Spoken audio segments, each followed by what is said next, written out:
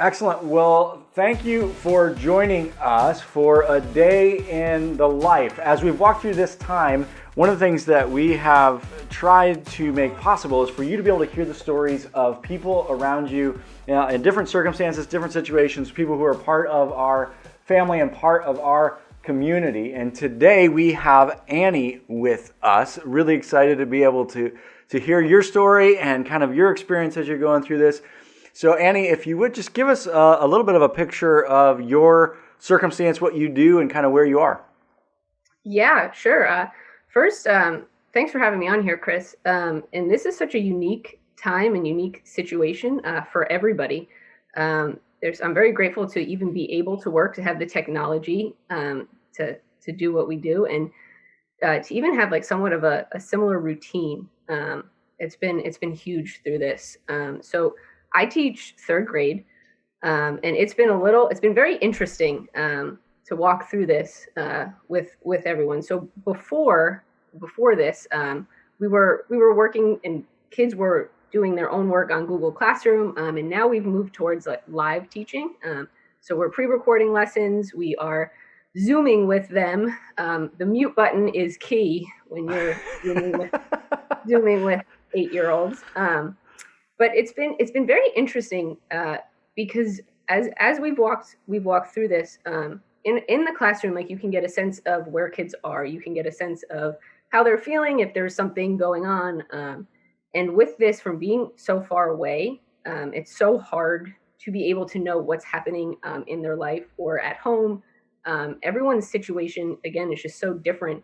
And for me to be able to walk through with them has just been very interesting. So something I've done and something I've learned is that I need to ask them difficult questions and step into some uncomfortable conversations with them in order to get a sense of where they are. So what I've been doing is I write them a letter or send them a video every morning. Sometimes it's funny, sometimes it's a bit more serious, sometimes it's thought-provoking. And something I did last week was I asked them to fill in the blank. So I said, I wish my teachers and the adults at school knew blank. And one of my favorite things about kids is that they're so honest all the time. And some of them responded with, I wish my teachers knew how stressful this situation for me is. Or I wish my teachers knew the thoughts that are going through my head that I've never thought of before. And I wish my teachers knew that I feel so dumb right now because I can't complete this work successfully. So at that point, I had to readjust because this is so much more than academics are always important, but this is so much more than that with what we're all walking through. So I've been learning that right now, connectivity for all of them, a sense of hope, and definitely encouragement has been things that they need at this time. But the encouragement piece has to be a bit authentic. They're not really interested in someone just saying great job when they didn't really do something great. So it's been interesting to move through this together, like with a full staff, but also just with the kids in general, and being able to meet them where they are emotionally and academically as well. That's powerful. I can't even imagine what it's like to try to teach third graders as you walk through this. I was joking earlier, it's hard enough trying to teach adults walking through this and trying to walk through Sunday and speak with no one in front of you, and now you're trying to put together lesson plans for third graders with no one in front of you. It's quite a unique circumstance. And like you said, it's great that we can have that connection, but it's not the same. And I think that kids experience that in a little bit different way. Yeah, definitely. And being able to either hear my voice or see my face is definitely big for them.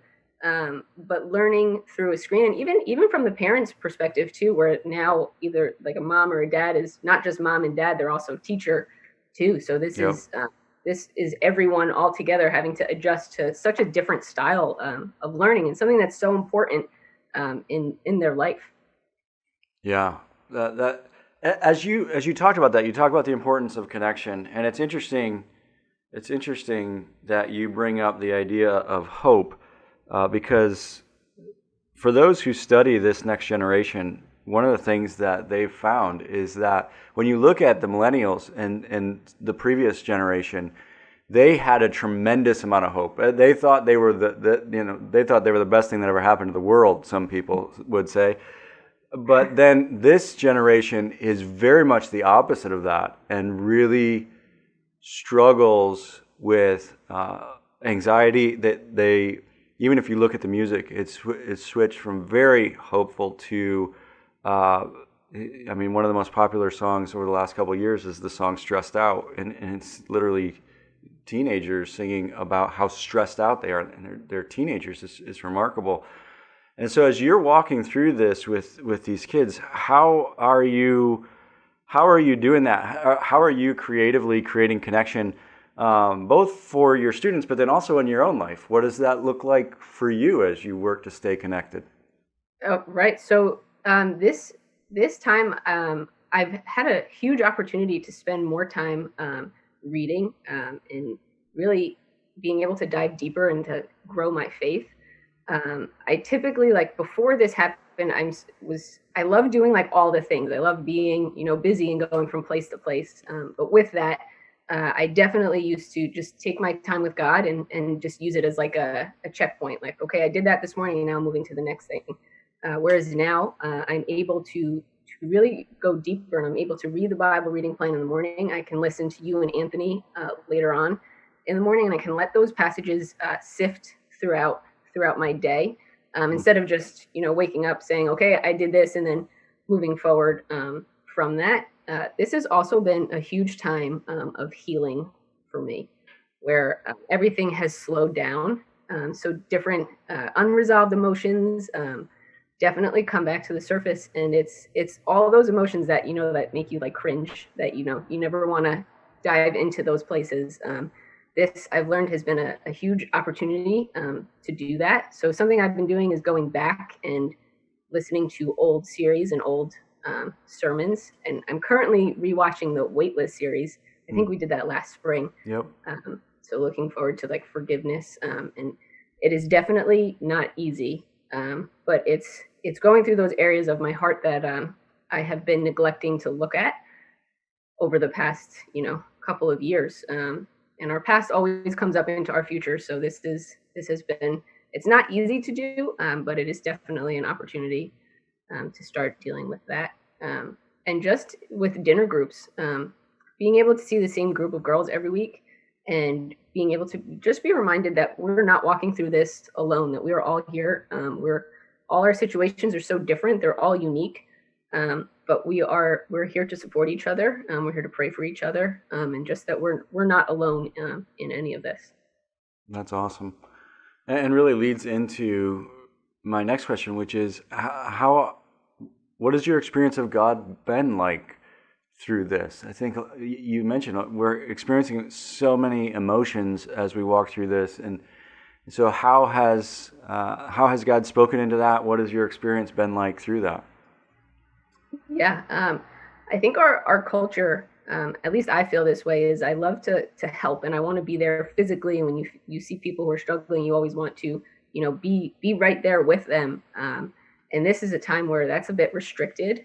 So I have really experienced God through prayer, where if I can't physically be there for someone, that's the first thing I'm turning to. So whether I'm praying for someone or praying for something, I've also just been trying to just sit silently in prayer and really present my heart to God, and just like the different things and different emotions, being really honest about where I am that day, because I found I'm one day, it changes from one day to the next. I've never really felt the same. Sometimes it changes multiple times in one day.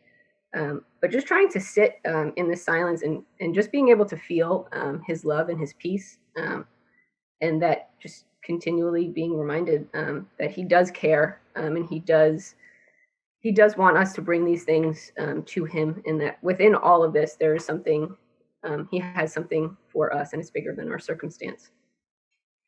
Yeah, I think that